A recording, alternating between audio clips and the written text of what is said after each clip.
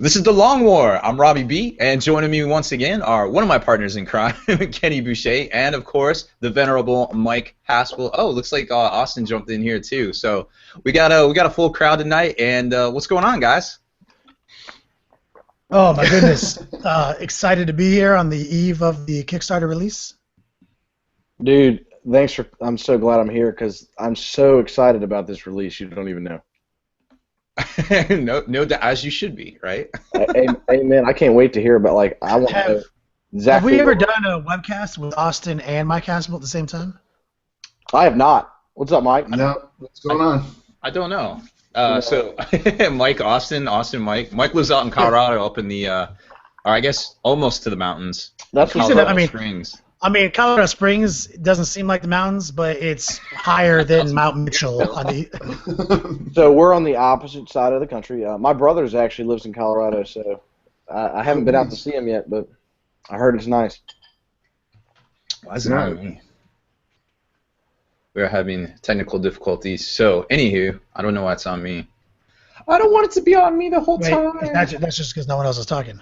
Oh. Okay. We're all just waiting for you to talk. We're like, what do you mean technical difficulties?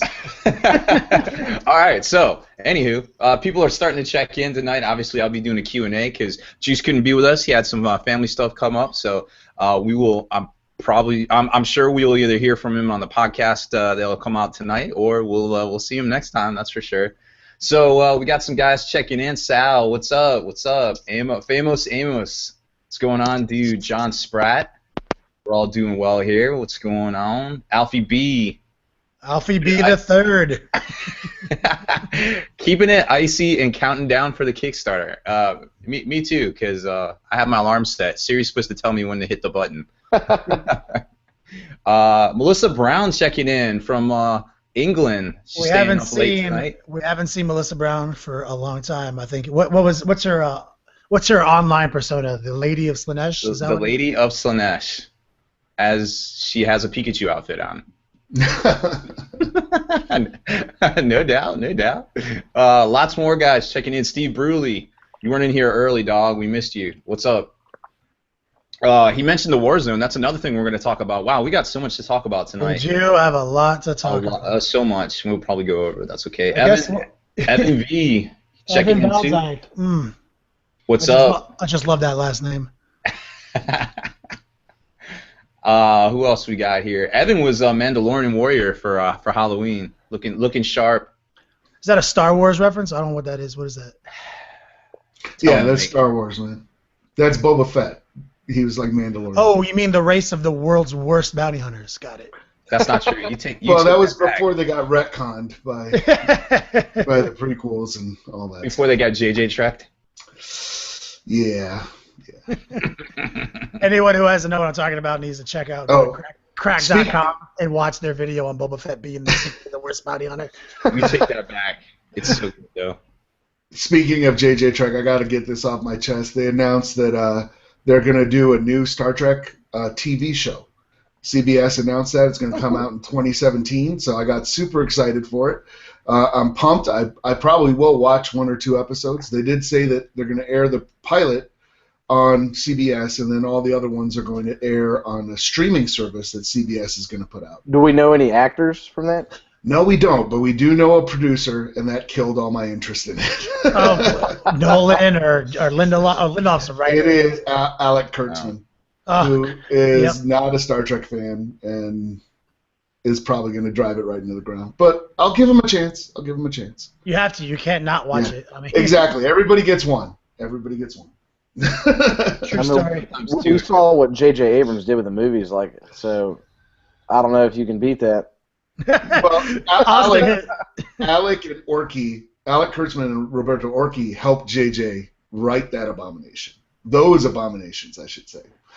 So that's going to be more of the same. But I just wanted to get that off my chest. Now we can get back to wargaming and what matters. We are very passionate about our Star Wars and Star Trek lore and the people who share our childhood dreams. As we should be, I think. We're fanboys. We have the right to be angry. So, I guess it's time. It's time. The Long War Kickstarter. Time to promote it right out the gate. Drum roll.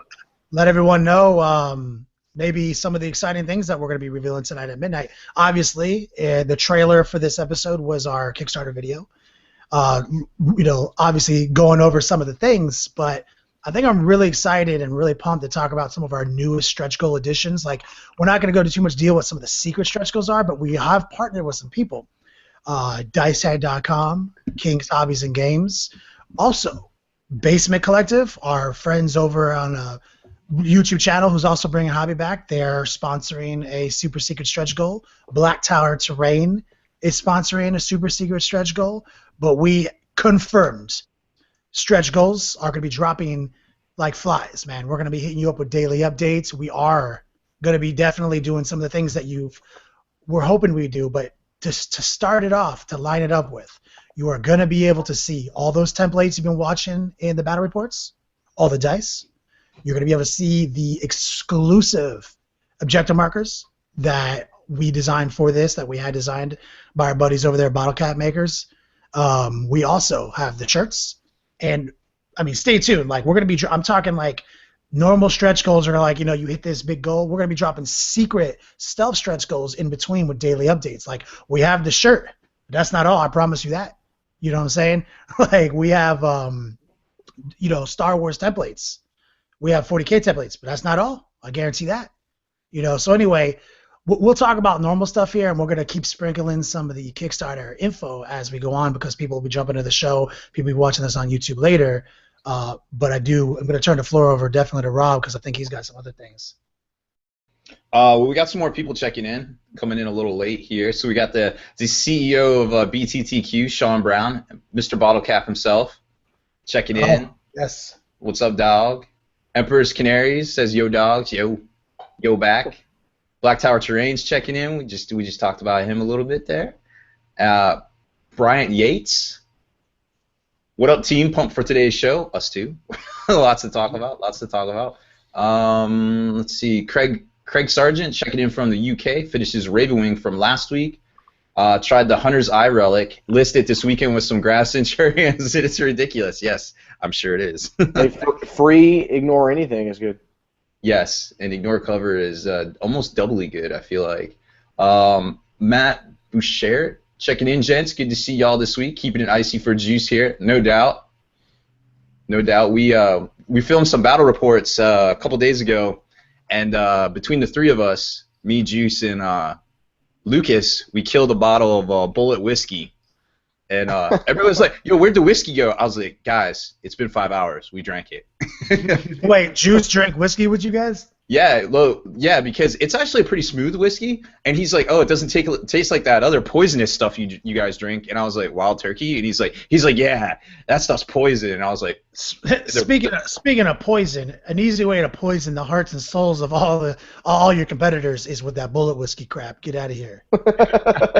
Hey man, I'm never gonna turn down free whiskey. A man obviously not gonna turn down a free whiskey, but God, Juice, step up to the plate. That's funny. That was part of the league, right? Yeah, that was a league game. I think I think in real time, without spoiling anything, we are all the way up to the championship game. Like, we know we have the championship game, but so we're gonna do that. Like, we're gonna blow that up for you guys. But so we're gonna start releasing, staggering the brackets and the divisions out here. I guess we have, it's a total of 7 games, and I think Game 2 is up on the Hall of Veterans right now. Yep. So there's some exciting stuff going on in that league. And Austin, Austin's in the league, and so he knows some of the stuff. I think the next game is going to, because we have 2 divisions, so I think we're going back over to the IC division, and I think that's going to be Lucas and Kelsey first. Then we'll go back over to the 3 Skulls division, and that'll be Austin versus Felix. And then, obviously, that will determine our semifinals and then our finals. Oh yeah, no doubt. And we made Austin actually sign a NDA agreement. Much like The Bachelor, because we can't have him, telling the world who's in the championship game ahead of time. Oh, no doubt. Yeah, my lips are sealed, but just keep your eyes out for some funny stuff, because we have a blast when we're filming those videos for sure. And there's mucho cats in them, mucho gatos. I gave up on trying to edit out cat meow sounds. But she knows. Like, she knows when we're doing the interviews. She's just like, all right, guys, I'm coming into the room. Everybody look at me. And I'm like, yep, you're here. I'm not going to meow in any pauses. I'm going to meow directly over important pieces of dialogue. So that's the end. I gave up on it. I was like, you know what? This is the part of the Long War process. You're going to hear cats. Oh man, so many people in here right now. We got a lot more check-ins. So we got Jugger G, sups guys, sup dog. Jugger G's been all over the videos and such. Are sup dogs directed at me or just us in general? I think in general. I'm gonna go with in general. But I heard a lot of literallys this weekend on my Facebook page. People were Literally. Michael Horner says, good luck on your Kickstarter, guys. Thanks. Thank you, dog. Make sure you check it out. Ed Black says gluten-free whiskey. Most of them are, strangely enough. I can't drink beer, but I can drink the shit out of some whiskey. Hey, Rob. I would guess if it was rye or something, you might not be able to drink it, but other whiskey should be fine. Yeah, some of them are made out of rye. I haven't had a problem with Wild Turkey or Bullet yet. We had to go deep into the research level when Rob came out with the glutens. I guess 2 Adepticons ago is when we finally decided it was time to let the world know. And we seriously had to do a lot of research to figure out because he was like, this is a problem. And I think initially, like our friend, like our what initially became the go-to drink, I think 2 years ago when this happened was Dewar's 12-year Scotch. Oh yes. It was like the only thing we knew for sure didn't have gluten in it, so we were like drinking nothing but 12-year Scotch until finally we were able to find out that we could branch out into like rum and other things. Oh man, Justin Troop, the biggest arms of 40K is here tonight. Jay Troop, what's up, big guy? Oh yeah, definitely the largest man in 40K, easily. That's a big dude. Like we could take him for the Eagles. I'll put him at left tackle if Peters goes down. Like, let's go. Yeah, he'll do fine. Everybody in the phone booth. And Terry Day checking in. What it be? What it is? I think that's all the check-ins, so we can get to some real actual content. You mean the Long War Kickstarter isn't real content dropping tonight at 12 midnight? No, that's definitely good content. I would like to make a couple of special announcements. First off, if you want to see a revealing picture of me in bed, go over to Bella Lost Souls right now. What? Oh yeah, that picture's awesome. You're catching me off guard here, Rob. Like I have no idea what. Like. Yep, I am logging in right now on my phone because. That picture was obviously staged. My accommodations when I stayed at Larry's house, the guy that runs Bella Lost Souls, Larry Vella, was his son's bunk beds, and they fit me, so I can't complain. It was a nice little wing of the house. I had it all to myself. All the Legos I wanted were there. I got Black Library novels, and I could come out and get food. It was great. It was a good stay. I'm trying to get on my phone now. I can't. You say it's staged, but it's not. That's how he sleeps. That's how he sleeps. That's how I sleep. So I expect that to be the way Rob sleeps. Standard nerd sleeping. Standard nerd sleeping. No, it was a good time there. I'm gonna see if I can't blow it up for the camera so people can see this hilariousness. This is real. That's real.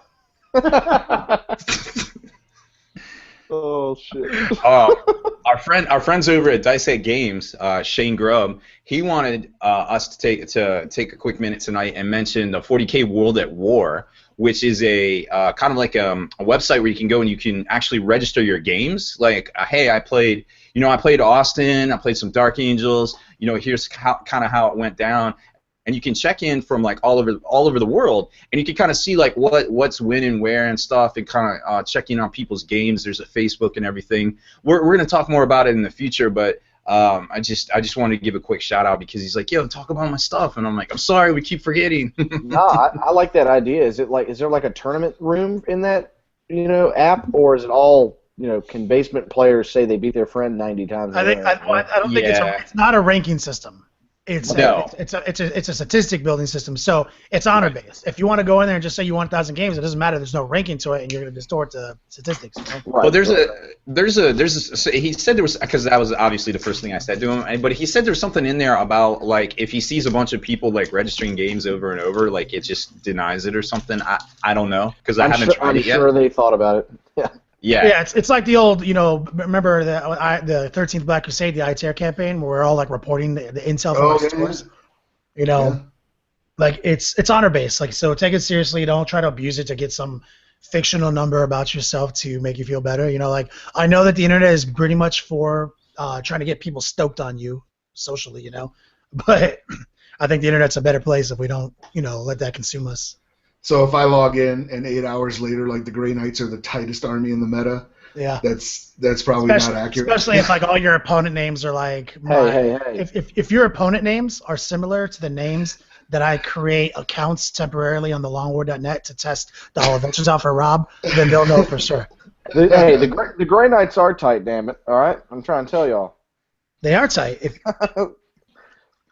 Yeah, we love some Grey Knights, that's for sure. They do need some love, though. So we definitely got to shout out Dicehead. Dicehead.com is one of our sponsors. We have 3 official sponsors of Long War that you can get discounts from the promotion codes available to you on Hall of Veterans. So obviously sign up for free, get those promotion codes, start using them. I don't even care if you cancel your account within 10 minutes. It's just our gift to you guys for coming in there and just trying us out. What's it, like 26% off? When you're a Long War vet. Yeah, he gives us an additional 6 and 9, and most of his stuff is already 20% off. So you get 20. That's like the best discount on earth. on the planet, literally. And that's just from him. And we also got King's Hobbies and Games giving us an extra 5% of his low prices, and he has like some of the best hand-picked painting and basing themed stuff on his website in the game. Like, I've been doing reviews on some of that stuff. Good stuff. And of course, Secret Weapon Miniatures. That's the best bases in the game. Best bases in business. Agreed. Yeah, and they just came out with a new Tau line. It's like spooky or something, but it's like the Tau set kind of base style. It's pretty dope looking. Justin's always got good stuff. My God, so many things. So somebody up in there, Evan Valdak, I think, is talking about. Yeah, I just wanted to. Yeah, that's Hit that up. Let's jump right into that. All right, so Evan's saying, I'm super excited for the Kickstarter and booked my hotel for Adepticon yesterday. Well, we did some Adepticon booking too yesterday. Oh, Kenny's muted. So it turns out I was munching a salad. For you guys who don't know, like, first off, I don't eat salad. I made that up. That was a steak. Second of all, Rob and I have been doing this so long together, we know how to wait for each other's cues even when it's improv. And I was like, he's gonna call me in and I have a mouthful of lettuce. What am I gonna do? I had it. You came back. It's all good. You had it. But you're right. We had a great phone call with our buddy Hank over the Long War doubles tournament, aka the Long War Social at Adepticon. Any details? That was my cue for you guys to take over. I'm sorry, I was laughing at what I thought that might have been lag.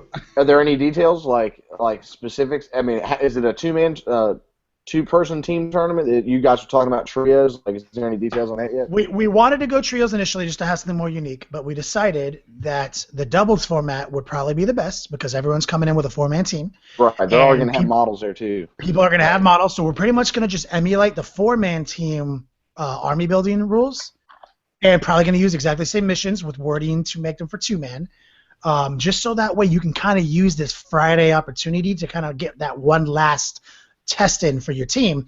And the cool thing is, if all 4 of your guys are there, you can come in as 2 teams. If one of your guys made it the top 16, and and one of the guys still flying in, you and your buddy Mike Haspel can. Me and Mike Haspel have done this a billion times, going to a doubles event together. Doubles event. I love doubles events. By the way, I'm really excited that you guys went the team route instead of the singles, because it does add that extra layer, of communication between players. It's the most fun I had playing. I know that, Mike. That's Mike Haspel's Kill Bill ringer. Yeah. He's about to go down. Please disregard. I'm turning it off right now. Someone's dying over there. Yeah. This is about to be an epic throwdown, for real. Oh, gosh. We worked out some of the specifics, but I'll tell you straight up, it's happening. We're going to be posting rules really soon. It will be the Bringing Hobby Back themed social. It will be 50% hobby scores, 50% battle scores. Beautiful. Straight up. Also, we will be selling swag at the table at the event that we're running. We've been licensed to do that. So the Kickstarter is not going to be your only opportunity to buy merchandise from us. It'll be your earliest available opportunity to buy merchandise from us. We do have plans as a company to launch another Kickstarter, much smaller one, right before Adepticon, to give out gift bags and door prizes, because we're going to be we're going to be selling tickets to a Long War meet and greet. And the tickets are not really going to be tickets in a traditional sense. They're going to be buy this gift bag, pick it up at the hotel room. We have a suite set aside to do this big meet and greet. So we have a lot of social opportunities to hook up with each other, give out some of the swag that we're known for, enjoy our beverages responsibly all night, and run an epic doubles event. Yeah, it's gonna be dope. So we'll hash out all of the specifics on because we're kind of waiting to hear back about their team rules or their team format before we hit it up, But it's basically gonna emulate it like Kenny said. So definitely get your hotels booked up. The early registration goes up at Adepticon the 16th of November if you're doing the Geek Nation tour, and then a week later for everybody else on the 23rd. So if you're looking to make it, get your tickets locked in. We don't know. We have a certain amount, but we're not sure. We kind of went a little low with it because we're not really sure turnout and things like that. But if you're serious about it and you're gonna come on out, it is March 30th and April 1st, April Fool's Day. Is the actual date of the event. It's that Friday. So. And there's I don't think there's a reason to conceal it right now. I mean, we only have spots for I think 40 teams. We do. So, right out the gate, we'll tell you that right now. There's only 40 team spots available.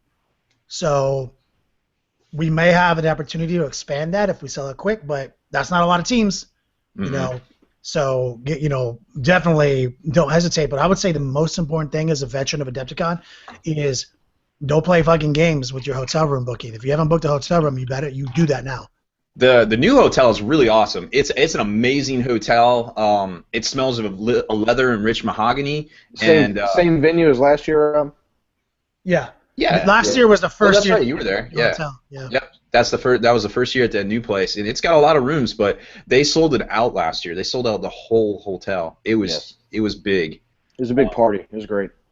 Man, it was such a blast last year. I had so much fun. It was so good not to be retailing there and just be able to play in one event and just walk around, take pictures, and talk to everybody. Met all sorts of new folks. It was amazing. Let's see what we got going on here in the Q&A. We got a lot of looks like some new folks checking in. So we got where is everybody? Oh, another shout out I need to do. Roger just reminded me. What's up, Roger? By the way, if you're in the Eastern North Carolina area this weekend, there is a miniatures garage sale going on, right, at my friend Gabe Thorne's house. You might know him from Gabe of Thorne Studios. He posts all over the internet. Of course, I share a lot of his stuff on Spiky Bits. He's literally having a garage sale in his garage for miniatures. You can come up, pick stuff up. Roger's actually catering the event with gluten-free American beverages and food items. So hit up Gabe of Thorne Studios. There's an event created on his page. You can come on by. I'll be out there, of course, for at least a little while, checking it all out, taking it all in. Yeah, don't tempt me with a miniature marketplace. It's hard enough to save up money in this economy. You know what I'm saying? I know. And then you see all the good deals on minis. Spencer's checking in. Spencer Cohen, what's up, y'all? Working on a Baneblade and Stormlord. Thinking of all the Long War swag coming tonight. Is it a Baneblade and a Stormlord, or a Baneblade that can be a Stormlord? That's what I want to know. I've got one in the closet here. I love that model. Nobody knows what that means. Nova Star's checking in. What up, dog? Nova Star? What? Yup. Nova Star, welcome back. He wants to know what our favorite Badab War Space Marine chapter is. I don't also know what that means. Ultramarines. There's no way that's not accurate. That is not accurate. Damn. I was with you, Kenny. I'm off in left field here. White cars. Oh shit. Oh. I'll just say Red Scorpions and keep it moving. Hey, your boy Severoth was there. Favorite. Okay, Severoth is the best. Severoth is the beast. Yep. He was there, keeping it real. Haspel, who's your favorite Badab War veterans? I'm gonna guess Space Wolves because I'm thinking the Badab War is the one with Huron Blackheart. It was, I yeah. don't remember, yeah. So Space Wolves. Oh my God, you hearing Blackheart was there? The Red Corsairs? Well, no. It wasn't the Red Corsairs quite yet. Yeah. Okay, so my favorite chapter that was involved in the Black Badab Wars was Huron Blackheart. He is a chapter. By himself. He is dude. He is a beast. I've used him in many off-the-wall homebrew chaos lists. It's a great success, and he basically invented the Badab Wars. So He is the Badab War. So you're welcome. Well, judges will accept it. All right. I like that answer. It's pretty good. Cronquette's checking in from France, says it's 2:18 a.m. there. Holy cow. You're even further east than the folks in England, I guess. That's crazy. Thanks for checking in. Thanks for watching. France. What's Good up? Lord. Oh, nice. 2 a.m., huh? Guess what time I went to bed this morning? And I already ruined it a little bit by saying this morning. The sun. So obviously the sun was out. 4:20. 4:20. Nah, man. Like 6:03 a.m. That's horse hockey. I would say that partially on me. I've been letting my schedule get really, lazy lately. But we have been staying up really late working on this Kickstarter, working on these models, working on these tutorials, all that stuff. So you see what I'm doing here? I'm turning it back around. Yo, Long War Kickstarter. Dropping at midnight tonight. Kickstarter. I'm going to ask a potentially stupid question. Is that midnight Eastern? The Eastern is the only time that matters in the world, so yes. Wow. I was throwing blows out there in the West Coast. Yeah, seriously. That's crazy. One more shout out real quick. Business world, I guess. Man, there's so many people in here. I'm having a hard time finding everybody. So we got Nick Bush checking in. Will they be bringing the Hobby Back tournament kit that people could buy and run at the local shop? That's something we were talking about, kind of making a document, right, Kenny? But not. We do. Okay, so that's a great point. For real. Who asked that? Bush? Is that Nick Bush? Email us to 40klongwar@gmail.com with your proposal, because we're looking for compelling stretch goals. We don't have something exactly like what you're outlining right there, but I will tell you we have two unique options in the rewards, which we don't truly expect to go because they're pretty expensive, but they are like bring the Long War to your hometown to run a 2-day Bring a Hobby Back tournament, right there, and a painting seminar or a hobby seminar. That's the closest thing we have to it right now in the Kickstarter, but we got 30 days to build stretch goals. So. Oh, no doubt. I actually was talking to Juice. You guys, obviously, if you're a veteran, there's some access things you can get. You can look at lists, but also you guys have the ability to post rules and mission types on there as well. So that'll be coming, I think. Yeah, we do have the forum for the veterans access, but we do have plans to put out a tournament insert. So we're not going to tell you how to run your tournament, nor how to score it, nor what missions you should use. But we're going to give you the inserts to add the hobby scores and the percentages we believe are correct, and that'll be obviously an open source, free to play download. But we have not. But I do like the idea of maybe a resource packet. That we haven't thought about that too much. Our heads aren't in the game because we're not that. We're thinking about really just how to bring hobby back and get the swag out there to get some of that money to make more content. So. Sometimes we're so close to the project we don't see that very obviously. Yes, we should do that. Right. Y'all got so many good ideas. It'll all come around. I feel like if we cloned ourselves, we could get more done. God, that's literally Rob's go-to response to me. I'm like, yo, have you posted this up? He's like, I'm at 110%. I was like, where's your clone, dog? And he's sleeping in the sofa. She won't listen to me anymore. So along those same lines, Famous Amos said, hey, Kenny or Rob or guys, if I donate $250,000, will you guys just come and play Warhams with me and some Moes for a week? That would probably get you more than a week, I feel like. I would officially live at your house for as long as and we would film the tutorials at your house now. That's just how it would go down. Yeah. Yep, that's pretty much how I'm going to take that into account. I'm going to go buy a lottery ticket, and we're moving to Hawaii. Oh yeah. First off, we should definitely move our studio to a desert island with a awesome defense perimeter and a moat and scorpions in the moat. With freaking lasers. Oh, Lasers. okay. One last. Yeah, I found it. Hey guys, love what you're doing. Checking in for the first time for the live show. Just working on some Blood Angels with secret weapon bases. A big yo dog from Iowa, Matthew Rundy. Oh, a big yo dog back from the East Coast. Blood Angels, man. I've been up close and personal with some Blood Angels recently, and they are looking good. Actually, I really like how some of the models looking. Haspel, how do you feel about Blood Angels? It depends if I'm playing Space Wolves or not. If I'm playing Space Wolves and you're playing Blood Angels, I hate them. Mike Haspel and I have had a back and forth. I don't know what's the word I'm looking for. We've obviously, competitive, but like rivalry, like an unraveling story, like an arc. You know what I mean? Like, because we've very successfully played on the same doubles teams. We always play Team Twilight. Blood Angels and Space Wolves. We've obviously, that was in 5th edition at truly the height and might of Blood Angels and that whole different style of Space Wolves at the time.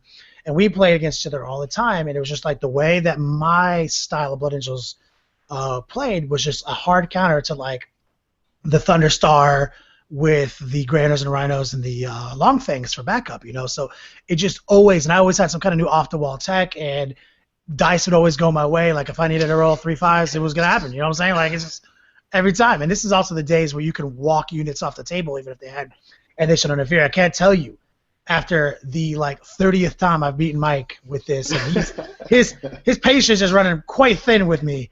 And we're at a tournament, first round of the tournament. You know what I mean? And I would do this whole no deploy, nothing on the table. Then I'd start bringing things in from reserves, assault them with Vanguard veterans, and bring in the Storm Raven. And this is before the Storm Raven was a flyer. This was a skimmer. Yeah, it was a skimmer. I would fly it up 36 inches, and it got 4+ cover, right? And he would shoot literally 15 missile launches at it that literally hit on a 3. You know what I'm saying? He's like, I'm going to blow this shit up, and I'm going to charge all the Terminators of Kubulu and the Librarian Dreadnought that you have inside there with these Thunderwolves right here. And, of course, I would just literally make all my 4 cover saves. And then he'd get through the last one, right, with the Melt-A-Gun guy over here, AP1 pen, and I'd be like, oh, I failed my cover save, and then I'd use Corbulo's All-Seeing Eye to re-roll it. Yeah. And the Fury, he's obviously keeping a cool face, but I could see the behind there, you know what I mean? And then, of course, I would get out, charge him, because his Grey Hunters had gotten out of the Rhino. they hadn't gotten out of the Rhino yet, but I'd blow it up with the Storm Raven so I could charge them. And so all the lightning, all the storm, lightning. The Lightning Claw guy would be touching the Thunderwolves in a combo charge, but all the Thunderhammers would just kill the 8 Grey Hunters, right? Then I just win the combat by 12, break the Thunderwolves. Obviously, I can't pursue because I'm a Terminator armor, and I already have the Storm Raven positioned to be within 6 inches of him. This happened, exactly like that. Sometimes you just got to make 16 4-ups. He's got literally an entire Thunderwolf squad with the Lord. I have literally done no damage to it. I just focused all my attacks on the Grey Hunters and just walked them off the table on turn 3, and that was the moment. He stopped the game. He was like, I'm literally going to break every model in this table. My favorite story about that actually was we were playing at Complete Games and Hobbies, got paired up against one another. It was the last round of the tourney. We were first and second, and this woman came in with her son, and they're watching the game, and we had the tightest painted armies in the place, so of course people are gravitating to our tables, and we're playing that exact same scenario. Same armies, same thing that we've done 30 or 40 times. And I shoot at my entire army at his Storm Raven, and he makes every single one of his saves, and I just kind of reach across the table and go, good game. And this woman was just like, what just happened? And we're like, no, you have to understand, we have played this out 40 times. So I know if I can't bring the Storm Raven down, I've lost. So there's no point in just playing it out. It was just just call it. It's a gentleman's game. Gentleman's game. Yeah, it was just when you hear these 2 samurai would meet and they would have this Zen moment where they stare off at one another, and then one of the samurai would just bow and go, okay, you won. and nobody had to die. Nobody drew down on one another. They knew what was going to happen. And I think the funniest part is like I remember you referenced Hod, our good friend Hod. Oh my gosh, yes. And I used to tell this story about Hod back in the day. In 3rd edition, when like the Rhino Rush was just the stupidest thing on earth, you would just have like 5 rhinos full of assault marines in them of some type. Like I was running plague marines, you know, and you would just like literally drive them across the table, use your smoke launchers, which made it all glancing hits, and then you could move your rhinos 12 inches, get out 2, and charge 6, like back in those days. So literally, you could not escape the rhinos. And he was playing Imperial Guard. Same deal, like literally 30 times, just could not, like he's like, I'm determined to make this Imperial Guard be able to beat your Death Guard. And he almost had me. He went first, stopped a bunch of rhinos, I drove across the table, smoked. Every rhino was either immobilized or destroyed, except one. Got the rhino there, proceeded to combo charge his army, and back in those days you can sweep right into other units after you crushed out units, and by turn 4, he literally had like no models left.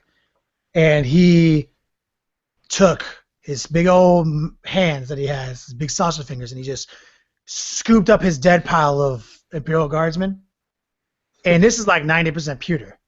Yeah, this old school. Like, and there's like a Chimera in there, like a Medusa, like with metal parts and plastic parts. He just gets them all and literally fuses them together into a ball of metal and plastic, and just throws them against a wall.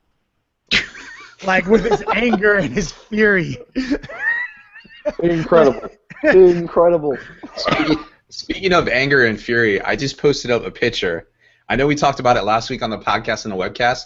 That thing about my cat eating the Tau Codex was real. I just posted up the picture on the Long War Facebook if anybody wants to check it out. Was not staged. It happened.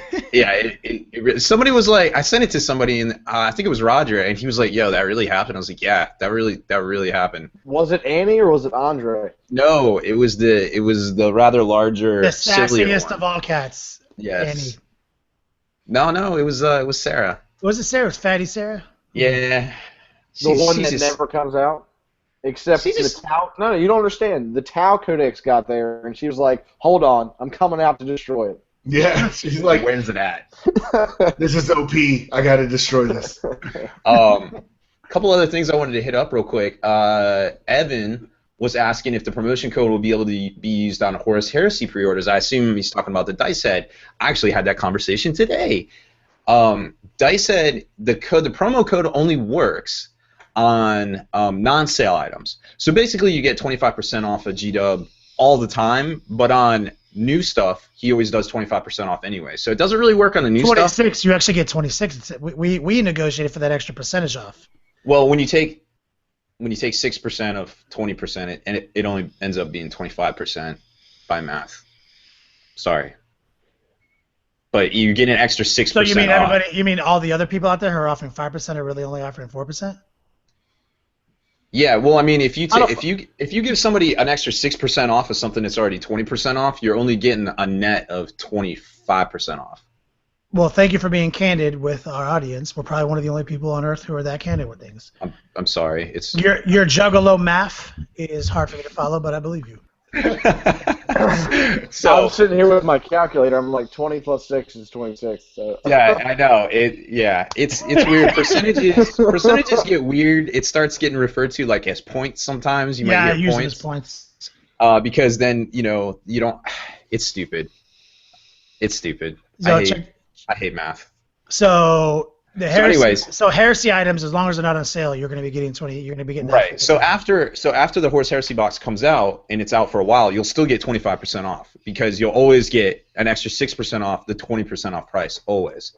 But new releases are always 25% off. So it's pretty solid. So basically, dicehead.com, best deals in town for getting your 40K stuff. Long War partnership being held. Deals with a Z. Yep, deals. Yo, speaking of juggalos, so I went to a haunted house for Halloween called Panic Point. I didn't punch a clown because I got this whole thing I'll go into, but it's a big old haunted house. There were clowns there, obviously juggalo, and it was pretty awesome. Brought my lady, she loves haunted houses, and Halloween's her favorite holiday. So we're going through their super scary haunted house. It's awesome. She's getting super scared because it's super, it's outdoors. It's in a forest. They're going through these little attractions. Super scary, right? But she's getting frustrated because like I don't jump at anything. And she's like, why don't you jump at anything? I was like, if it was scary, I'd jump at it. But put it this way, what knife wielding maniac, not scary. Like villain from Scream, don't care about it. Freddy Krueger, I will shit my pants. Amen. If you start messing with my head, I get scared. I'll shit my pants. You know, like Jason from the lake, your special powers, you have a machete, don't care. You know, Freddy Krueger, you infiltrate my minds when I sleep, and you can make me literally shit my pants against my will. Like you're the scariest. So I'm really like working on like my rapport with all the people like staged around to scare her.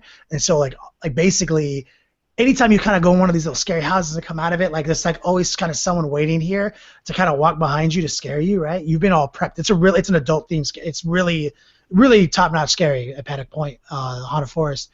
So I'm realizing the routine. So like I'll like start hanging back because I'll let her go in front. Because if I go in front, like they scare her and then she doesn't get to see it, so she doesn't get the full effect. So I was like start hanging back and these people kind of creep up on her and scare her, right? So the last attraction, it's the clown house, right? All dudes wearing like scary ass clown masks. And she walks out and there's a guy just standing there being a creeper by the front door. And she's like, oh my God, there he is. He looks just like a juggalo, right? And I was like, yeah, he does. And like I start hanging back because I already know the routine. He's gonna start sneaking up behind us. So I just like look at him with his scary ass juggalo mask and I wave him in. I was like, get her, dog, you know? And so like I'm like trailing behind. I'm like, yeah, kind of raising my voice so she doesn't realize I'm like falling behind. And she's like, yeah, like he's like a scary juggalo. And this clown rolls right up on her, like goes right to where I was. I'm still kind of like touching her a little bit so she doesn't realize I'm gone. And he's like, yeah. And like she looks over to her left and it's literally like the Attack of the Killer Clowns, like the most scary clown ever. And she's like, dog, crazy thug nuts, what are you doing? Like, so like losing her mind, like she had no idea that basically a member of the Insane Clown Posse was standing right there. That's great. Like she took off. Like like it was the best. Oh, she's loose. Oh my God! You probably had to spend so long calming her down. Oh my gosh! She actually had a blast. She appreciated it, and she was actually really happy that I was able to get her scared that way. That's funny. I've had some funny experiences in some haunted houses too. I'm the same way as you, Kenny. Like I don't jump it much, but like I'm not a fan of clowns. Like I get mad at haunted houses. Like it's pretty sad actually. If they're clown based. Yeah, if they're clown based, I start getting mad. I'm like, you know how you kill a clown with a knife? Like it's not the hardest thing in the world. I'm like, this is dumb.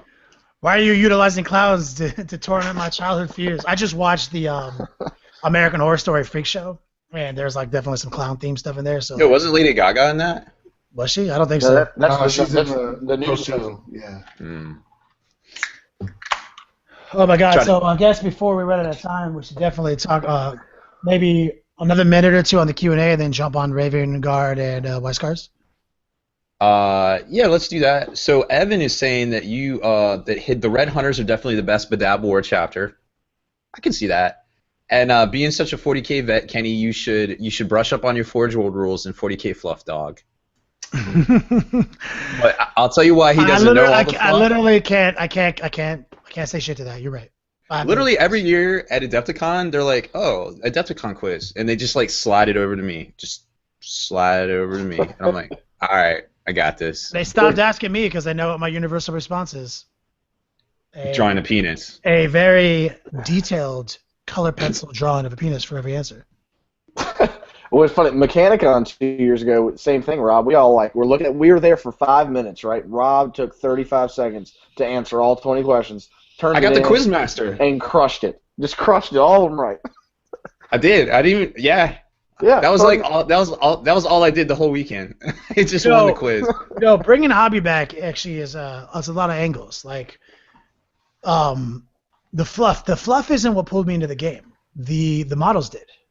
The GW is the best model making company on earth. You know what I mean? Like, and they always have been. And so that's what pulled me into the game. I just couldn't believe how amazing these models were. Like, my brother brought me to the store and he was like, "Yo, check out this." Like, he showed me Abaddon a spoiler, like that old pewter model back in those days. That was top notch. I was like, "This is great." I'm sold. Later, I found out there was cool stuff to go with it. So the only thing I've ever gotten into was the things that like took me, that were like with their visuals, are the things that I read about, like Death Guard and Chaos and stuff like that. But I have to learn all these other things from Rob in real time here on the webcast. let's be honest. Like, if you have to learn the history of 9 armies, like that's a college course, fellas. You know what I'm saying? It is. I mean, it's literally only because I've read all the stupid stuff for the like last 20-some years, and it's just that's weird it. to remember Rob Baer has a master's degree in 40K. Like, Mike Aspel does too. Mike Aspel, like, I would get the crib notes for Mike Aspel on like the newest novel. Like, I think the one that he like sold me on was it Perspirable Burns, the one with Prospero Burns, yeah, with Bjorn in it. Yeah. Oh my Fair. God! Like your stirring rendition and recant of that. Like, I was like, what? And then what? You know what I'm saying? I lost my mind. Like, but I mean, reading's hard for me, so they need to start putting these books out on Audible. Oh my God! If the Black Library was on Audible, it'd be ridiculous. No doubt. So I wanted to talk a little bit more about the Callion book because I feel like we just kind of brushed over it last week. There's a lot in there. Well, because there is. Tau we had to talk about Tau mainly, and Hey, real quick, well, you mentioned Tau. Our good friend Josh Kinder just bought, $1 million worth of Tau. He's back in the Tau. Open invitation. He wants to come hang out and play a battle report with his newly painted stuff. What do you guys think about that? I'd love to see some scrawnies Xenos around these parts. Heck yeah. Well, I'm going to hit Kinder up and let him know to call Mr. Bearcat. Definitely. And get his ass down there. Yeah, no doubt. I think he just bought 4 Ghost Keels and like all the stealth suits, so he's pretty excited about that new model. Speaking about people coming on the show, we actually have a couple of options on the Kickstarter, bringing it back around. Mm-hmm. We have some, limited quantity options where you can come and be a producer of an episode of the podcast, be a producer of an episode of the webcast. You can even become like the director of a battle report, like completely control it. Like what armies, what people, down to the army list, down to the terrain. So we have a lot of fun options that have no physical merchandise associated with them. But if people are looking to get in on these things, we do have some options, and we are going to be posting in the Hall of Veterans some other links that are going to be along these same lines. Yeah, I got the cat's got a lot of work to do tomorrow morning. Let me tell you. I'm sure Kenny will be staying up late editing the podcast too. But so we didn't talk a lot about the White Scars and the Raven Guard. And another cool thing about this book too is, I talked about it. I did my tips and tactics videos. They're not out yet, but definitely look for them here soon. Is if you think about Sentinels of Terra, the Imperial Fists expansion, and also Clan Rukan, which we talk a lot about because it's part of the old Super Friends, the Iron Hands expansion, they didn't have as many rules as, the White Scars and also the Raven Guard have in here, and then plus you get Tau in here. Like, it's such a great deal for $75, and I can't wait to see more of these books coming from GW here soon. Yeah, we sold out of them like in minutes. Oh, at the Hayden? We literally took them out, put them on the shelves, and then they were gone. And it's gone. Yeah, basically. That's crazy. Yeah, no, it's super crazy, like how this stuff has been working. So as far as the White Scars go, they got some really interesting stuff. Of course, we already talked about the relic that for 20 points gives them ignore cover, so you can do some crazy stuff with that as well. That can go on a librarian in the damn conclave. Yep, it sure can. That's no joke, man. Now, here's something that you'll probably like, Austin, and I actually thought about this when I read it, where is it? Oh, it's there. It's the other relic. It's called Mantle of the Stormseer. Librarian only. A model equipped with the Mantle of the Stormseer has the Adamantite special rule, but also knows the Psychic Maelstrom power from Telekinesis discipline, in addition to any others he knows. You literally don't know. You say he gets Adamantium will? Yes. How many points is it? I mean, it better. I'm hoping it's not more than 15. How much? Or is it 15 points? 20. It's 20. To me, that's a little expensive. Like no. Second part. He comes with the storm. Maelstrom, right? That's a vortex grenade. He comes with it straight up. Oh, yeah. No, that's the big blast, isn't it? That's strength 10 AP1 large blast. Strength 10 AP1 large blast. I thought that was the vortex grenade. I'm telling you right now. Vortex. Oh no. That's the indirect fire. That's the orbital bombardment, vortex basically. Of doom. Yeah, this is the orbital. This is like an orbital bombardment you can do every turn. I've gotten it before. Yeah. It's good.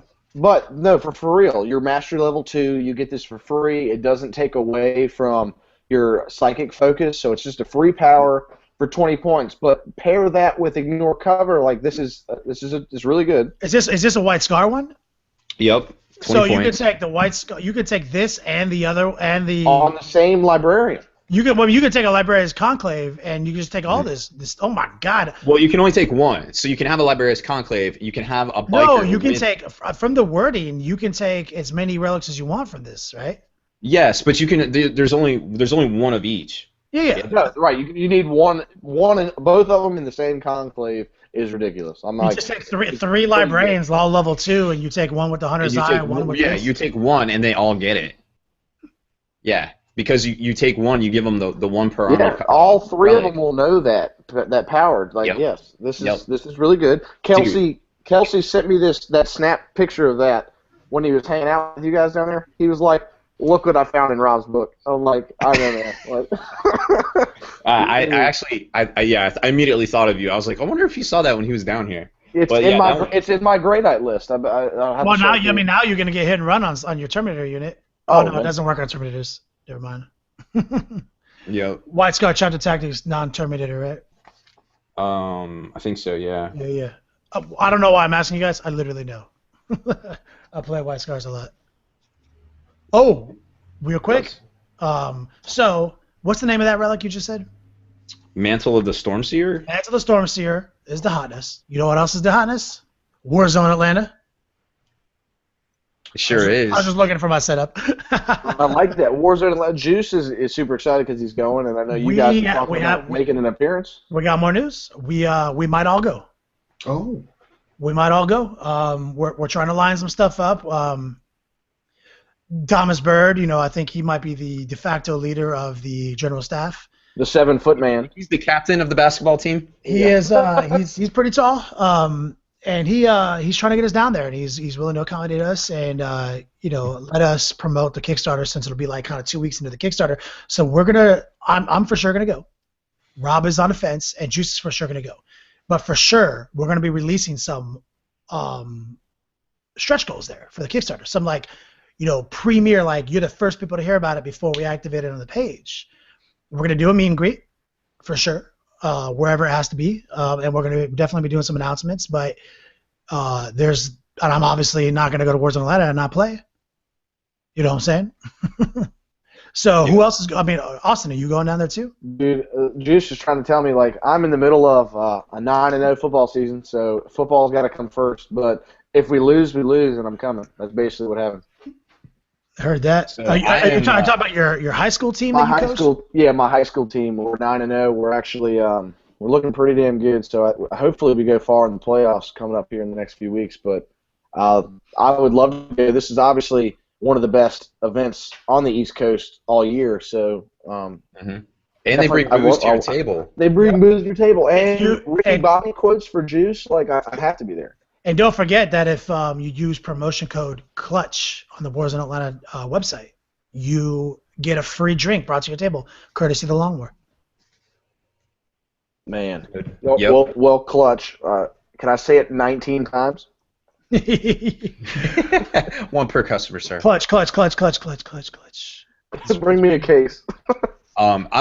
I'm still kind of on the fence because I don't know what's going on with the Horus Heresy release. Obviously, I got to cover that for Spiky Bits. It's going to be a big thing. But I do have a line on being able to get some of that work done early.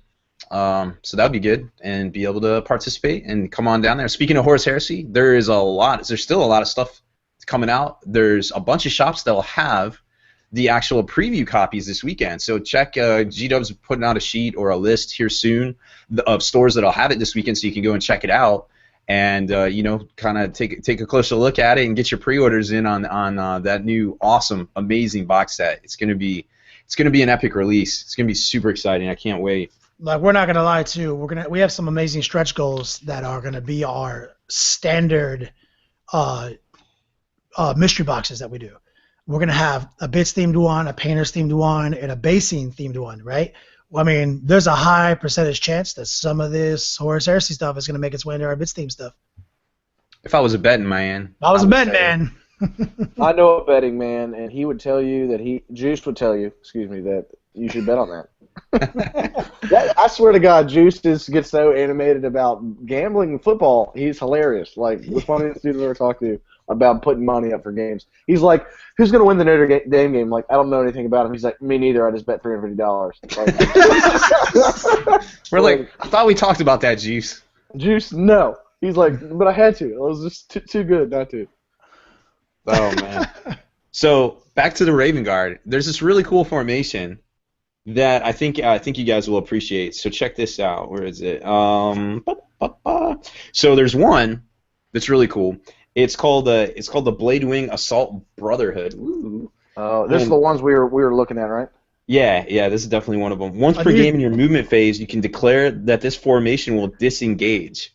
And what does disengage mean? Well, of course, it means they're all leaving the damn table. That's what it means. Even if it's locked in close combat, they'll just peace out. Go into ongoing reserve. The whole formation, you're telling me, goes back into reserves. Yep. So what's the science on that? You want to obviously do that, if your opponent has the bottom of the turn, you want to do leave, yes, or the top of the turn.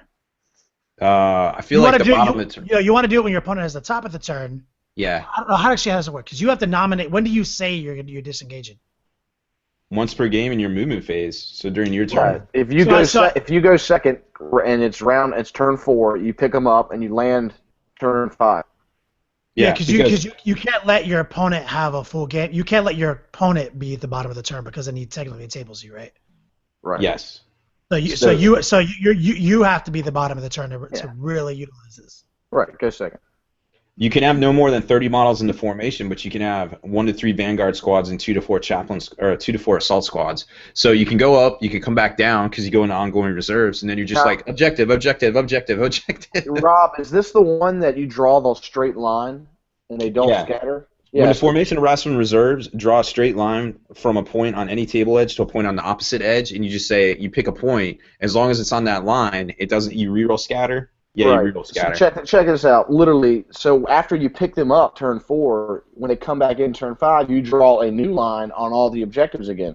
So early in the game, you can draw your line, to be super aggro to kill stuff, and then later in the game to be super defensive. Especially you think about this. Think about this when you're placing objectives too, because if you can just make objectives have linear in line, they only have to be like, and they can honestly be like. And also you get to run after you destrike, so literally as long as the objectives are in a 5-inch block in any kind of tic-tac-toe pattern you can draw, you're fine. Now we were laughing because obviously there's another formation that you can charge, but you cannot charge after deep striking with this formation, which would make it everybody would take it if you could charge. Oh yeah, it'd be one of the best things ever. But there's another one, right? Another first turn charge potential, right? Yeah, there's a first turn charge in here. Also, when formation arrives, you only make a single roll, so it doesn't matter for ongoing, but coming in initially is pretty good. Then which one is it? The Pinion. Hey, real quick, Rob, to pair with that formation we were talking about, there's the greatest warlord trait, in my opinion, in that book that they can take, being they can add and subtract to see if the game continues or ends. Oh yeah, exit strategy. It's number 5. Oh my God, that's so good. That is dude, pair those together, but just that warlord trait by itself. How many games, Kenny, have you said, if it went to turn 6, I table you? I'll tell you one even better. Back in 5th edition, before they FAQ'd Corbulo, I was allowed to use his All-Seeing Eye on anything in game. And I would definitely, and they eventually FAQ'd it to say not these things, but before then, I would talk to my opponent. I was like, okay, which one of us is going to roll for the game end? He's like, you can roll. I was like, just so you know, if I'm going to roll it, I'm going to use the All-Seeing Eye to re-roll it if it's not what I want. He's like, what do we do? I was like, we roll off. He rolls it, And so, basically, by total rules is written until they came in there and said they said, you can re-roll anything in the game that's not to see who goes first or to see the game ends. And so before that, though, I'll tell you, I won games because I could re-roll if the game was going to end or not. Well, it goes both ways, too, because now, you could subtract, too. So if you're really in that good position, you just landed turn 5 with all your guys, and you do not want to play anymore, subtract. Let's end this game. No, I know firsthand how good a game-ending manipulation roll is. And then the last one I wanted to talk about was that Shadow Strike Kill Team, and that one is the one you were talking about. It's 2 to 4 scout squads, 1 to 3 Vanguard veterans, and instead of rolling to see if a unit from this formation arrives on reserves, you can choose whether to pass or fail that roll, and then they can charge on the turn they arrive from Deep Strike. In addition, they do not scatter when arriving from Deep Strike if they are within 9 inches of of at least 2 scout squads from this. You ready for this? Kenny, check this out. Okay, how many scout squads, Rob? 2. 2 to 4. 2 to You can 4. take 4. And how many other units are Deep Striking? 1 to 3. So it's 3. So you could have like a bunch of kitted out vanguards and a bunch of scout and infiltrate scouts get into position.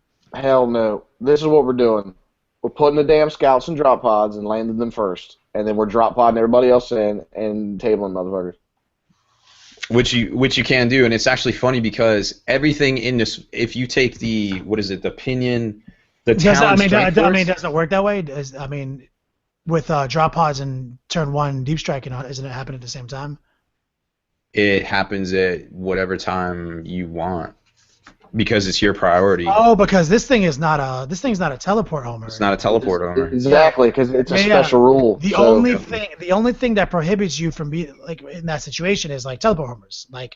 And I use this as an argument for the Blood Angels Dreamcrusher formation. They don't have normal teleport homers in their little formation that makes it possible. They have their own little wording. So only in the wording of teleport homer and locator beacons is to say this has to be on the table first. Right. So obviously scouts and drop pods is going to be the way to go. Yeah, no doubt. That sounds, and it's not like the end of the world. Like people can play against us. Because it doesn't matter if you go first or second now. If you put them in drop pods, you're always going to get the charge. Exactly. And on top of it, and you said that they don't scatter.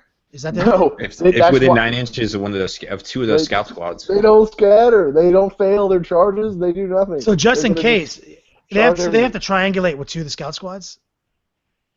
Yeah, basically. Just in case, buy 1 locator beacon for 1 scout squad. Scout sergeants can take locator beacons. So just in case, like you get out of position because of a bad scatter, at least you'll have a scout squad as your last one you place that has a locator beacon that if they come over the 6 inches, they don't scatter too.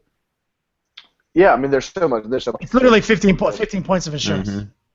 Like I'm excited between this and Skyhammer and the other one we just read. There's so much stuff. I mean, like if you were talking about just being as aggro as possible, Skyhammer and Fist of Corn or this and Fist of Corn are really good units. Yes, they're great. Like you start thinking about all the things that are assault and turn 1. Like it makes me excited for the future for Grey Knights and for Blood Angels. I mean, this and Blood Angels. The Blood Angels one works too with Blood Angel drop pods on turn 1. Yeah, I love it. I'm excited about some. Because everyone forgets like drop pods are open top, man. You can do the Dreamcrusher, Triple Storm Raven with drop pods too. So like if you're playing a big game, like a 2,500 point game, oh my god. Yeah, it's not the worst thing I've ever heard of, Kenny. No, not at all.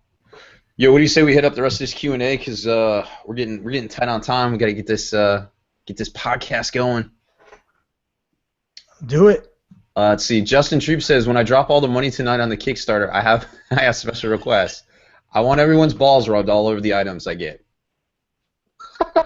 I'll do it. Oh shit! Did he follow it up with a no hobo? He did. That's what I thought. Just so you know, that is all hobo. I'm pretty sure. Hey, that's okay. Hobo special. We will do it though. Matthew says he's going to be playing a Blood Angels and Dark Angels team game in 2 weeks. Go 2nd edition Angels of Death, no doubt. I actually have, you probably see back there, one of those colors, the other way, on my shelf is that actual book.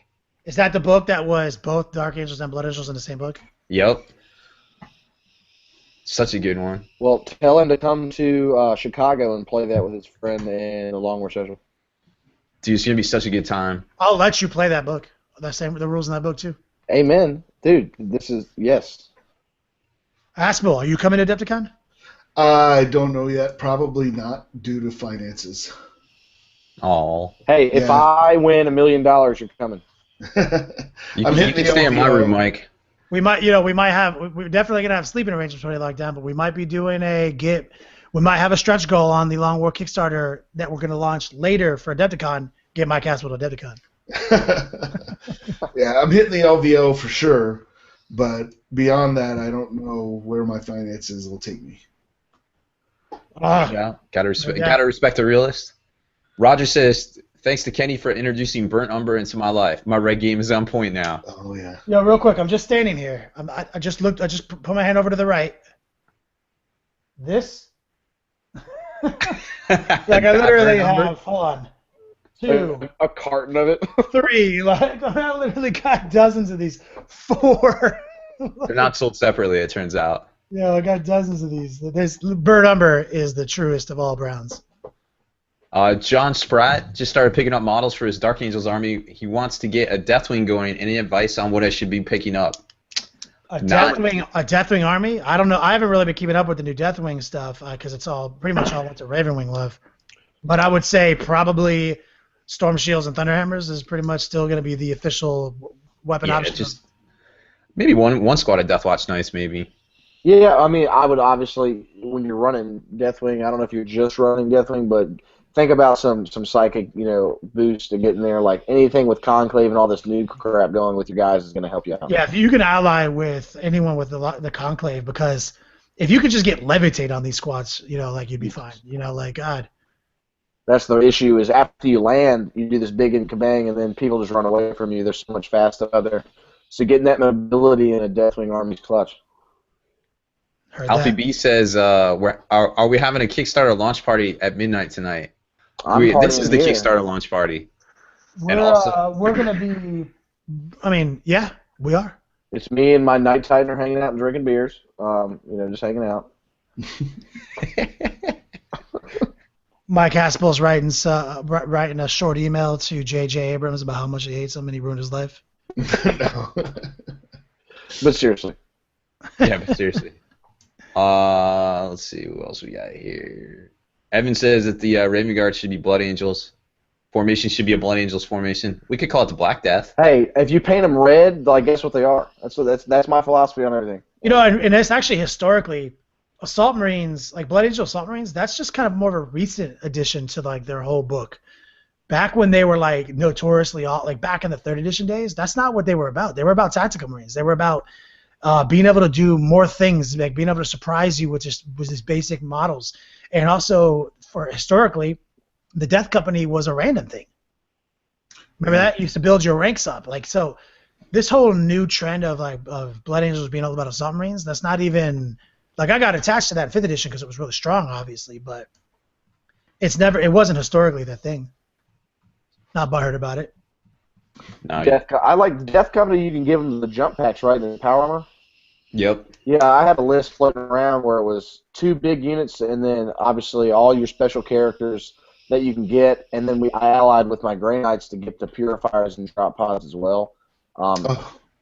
This is the list. It was purifiers and pods, 20 of them. I think we narrowed it down to the biggest unit of Death Company you could get, and then I threw in who's the other most badass Marine out there? The Legion of the Damned are in that list too. Just all the 3 baddest ass Marine units I could think of. Throw them all together and have a bunch of Green Knight librarians. And it was actually kind of fun to look at. Yeah, that's fun. Yeah. This guy at the Haven who works there, Troy, he has an entire pewter Legion of the Damned army, 2,000 points. And I keep trying to get him to sell it to me, and he won't. So one of these days, I'm just going to have to club him to take it. See, Troy, that was the guy that had that squad army, right? Yeah, he still has that all squad army. It's so dope. That's a Deathwing army. Speaking of Deathwing, too, right? A squad army? Yeah. Mm-hmm. I remember that. That was tight. Yo, so there are so many questions in here. I don't think we can get to them all. We're going to have to put some of these on the podcast tonight. Thank you guys so much for just checking in and having so much to say. I do want to leave with this one, though. And Novastar wants to know. Yep, I was about to say that. I just walked over there. I was like, wait, what? Kenny, when did you chop off your Samson level locks? I actually, No Shade November started a couple days ago. So maybe it might not be obvious, but it takes a substantial level of shaving maintenance to maintain the epic sideburns. So this is what happens in a day of not maintaining them, So for most of the month of November, I'm probably going to just grow it out. In support of No Shade November, but additionally, this time of the year, skin gets kind of dry, so it's a little bit. It's more therapeutic than anything. I feel you there. But That's thank you for real noticing. Thank you talk. for noticing. It makes me feel good. Yeah, we eagerly anticipate their return next month. Next week, you mean? Yeah, right. Tomorrow. I don't know if I can make it to Warzone Atlanta without my chops. Like, I feel naked actually going out in public without them. You know, because it wasn't like I used to rock them so hard when I was a teenager. I was like, yo, I'm so tight. Look at my sideburns. But like that's literally all I could grow. So I was faking it, you know. And then I grew like kind of just had a beard for most of my life. And then my lady, she saw pictures of me with the sideburns. She's like, you should do that again. I was like, you sure? Like I'm a 32-year-old man. You know, like. She's like, do it. I was like, well, you know what happens when your lady tells you to do something. You do it. Yeah, you generally do it. Or you think about not doing it, and then you do it. Yeah. You're like, nonviolent resistance. All right, I'll do it. Dang it. Oh, Craig Sargent is talking about Warhammer World. He's over in the UK. Man, he's lucky. Oh well. Heck yeah, that seems like super fun. Yeah, we should all move. We should move the Long War to the UK. Gosh, I wish I would. You get us $250,000 on Kickstarter, we're going to the UK. Like there it is. Yeah, that's true. You heard it here first. We're coming. Oh man. All right. Well, I'm going to write some of these down. We're going to talk about it on a podcast tonight. But definitely, please stay up till midnight Eastern tonight. Hit up our Kickstarter or hit it up in the morning. The cats are going to be on point, doing all the technical stuff with their non-opposable thumbs. That cat's your grots? Yes, they are my grots. No, but you got that twisted. Rob is the cat's grot. Yeah, I'm their human. They have me trained. Yep, If only that was a joke. Yeah, I know. I'm doing a cry laugh. It's not that funny, you know. Hold on, real quick, Rob. Did you hear the study that domesticated cats act more like lions than anything else? They actually want to kill you. Like that was a study done recently that your cats actually want you dead. But they can't kill us because they're tiny. That wouldn't surprise me. They do want me dead. I'm pretty sure. That explains a lot. That's why they constantly taunt you. They have no fear of you. The only thing they fear is, first of all, if you're a cat owner, get yourself one of those little squirt bottles and label it the Lawbringer. And keep it by you at all times. The gavel. Yeah. They will learn to fear it. They will learn to fear the Lawbringer. Or the peacekeeper. Until one day they realize it's just water, and it literally can't hurt them, and then you have nothing. It's been like 10 years. It still works, man. Stupid cats. Stupid cats. Oh, man. All right, well, I think we're going to call it there, folks. Thank you so much for tuning in. Check out the Kickstarter. That'll be live in 3 hours, 2.5 hours. Good night, everybody.